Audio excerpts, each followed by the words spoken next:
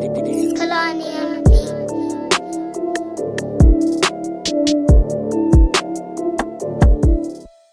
hello, this is Dr. Candice Matthews, your national renowned human civil rights activist and advocate.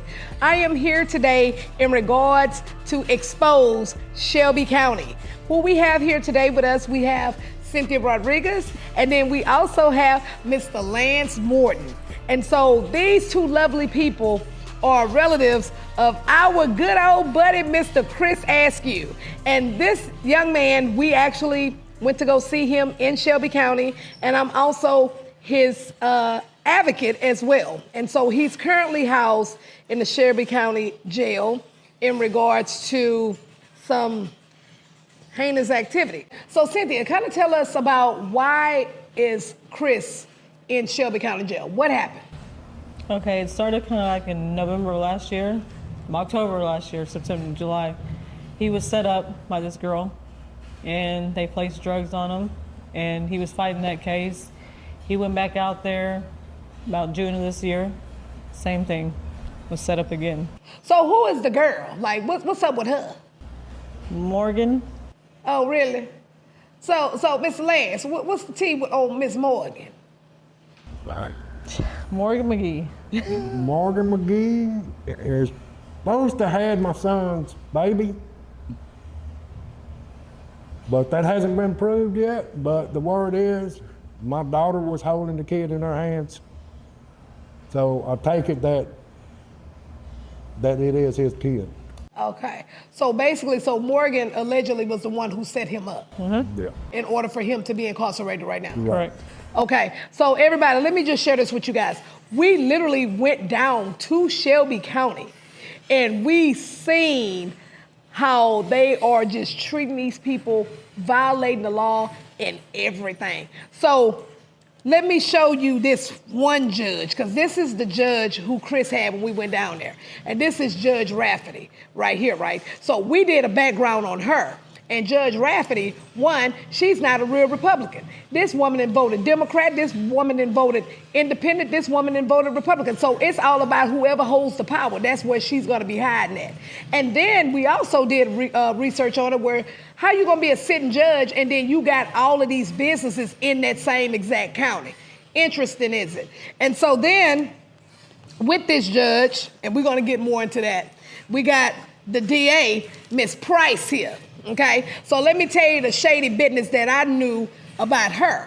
So when we were on social media, and so that was after we had left Shelby County, and then they had a community member that made a statement that she didn't like. She showed up to that man's house with the police to arrest him because she didn't like what he said about her. Yeah, her right here. And her husband is the county attorney.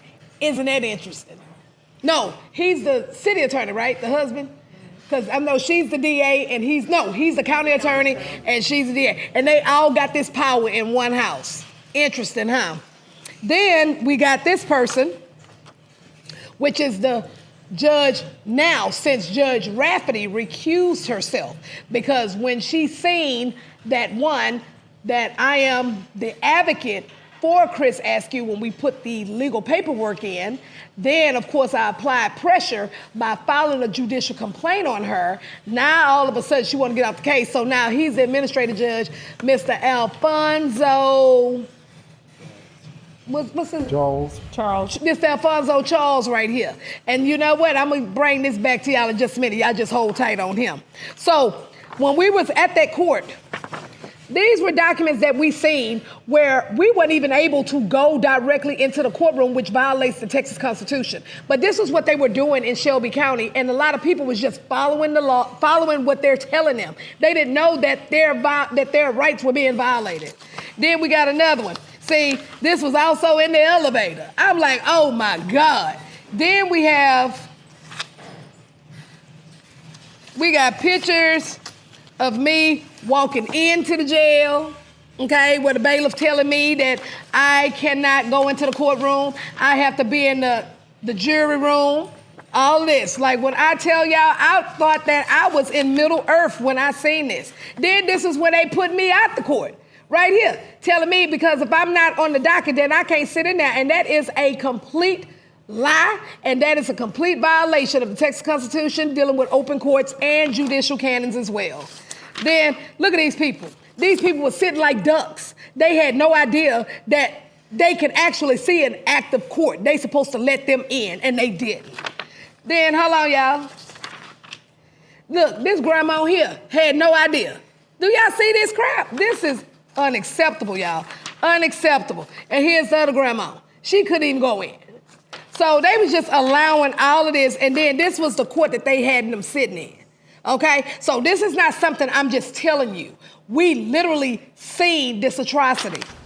Then I was also in the courtroom, and there was room for other people to be in. And it was room. That's right. That's right.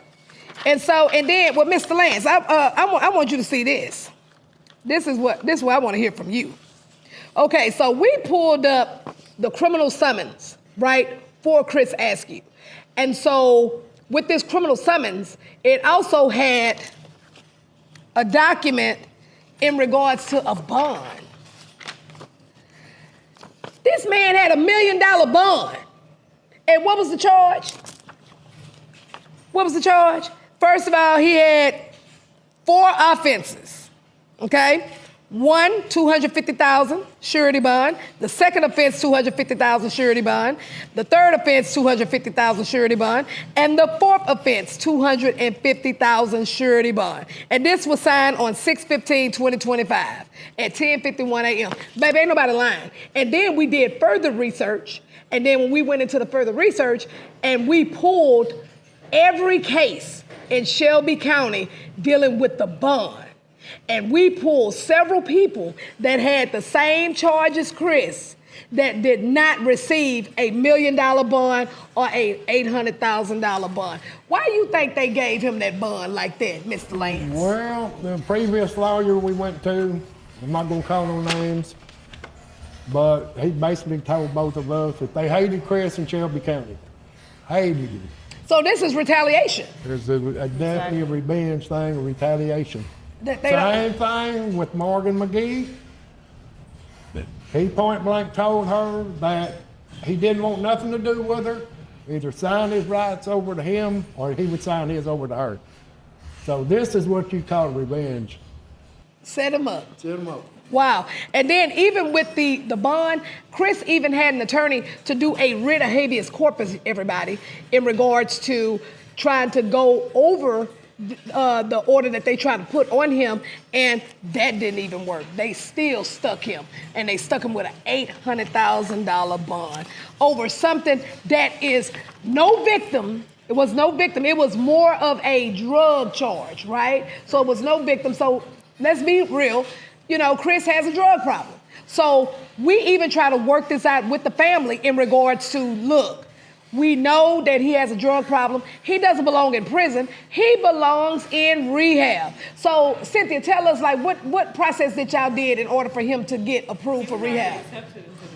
Okay. He was already accepted. They had already talked to his parole officer. They said they would lift the blue warrant and everything. She never heard anything back from them. She reached out several times, emailed and everything. Could never hear nothing back. Really? And then let me just say this, y'all. Y'all know how I operate. When I get the tea, I get all the tea.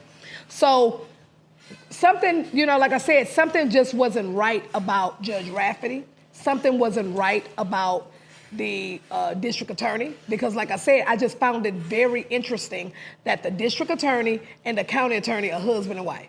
So all this power is in one household, and it's abuse of power that's going left and right with these people.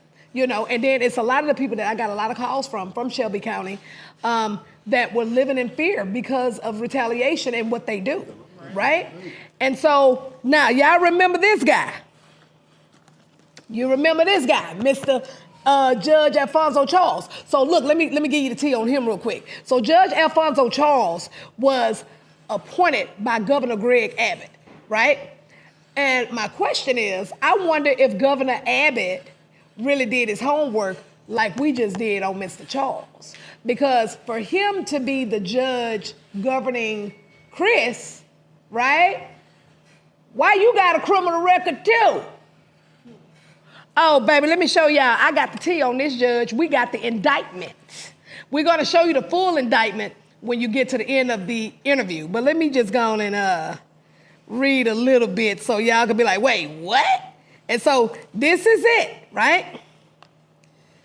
Okay, so we got on the 16th date, September 1988, this cause was called for trial, and the county come to the county attorney for Nacogdoches County, that Frederick Alfonso Charles in person. And so basically Alfonso Charles is guilty of the offense of reckless conduct, which is a Class B misdemeanor. Well, what you been doing, Mr. Charles? Because you run around here wanting to be quick to want to Judge Chris ask you, you ain't no better than him. And then we got more stuff that we digging on you. Interesting. So tell me, what was the experience like when you went to that court on Monday? Because see, we didn't go Monday. And I'm going to get into that in just a few minutes. What happened when you went?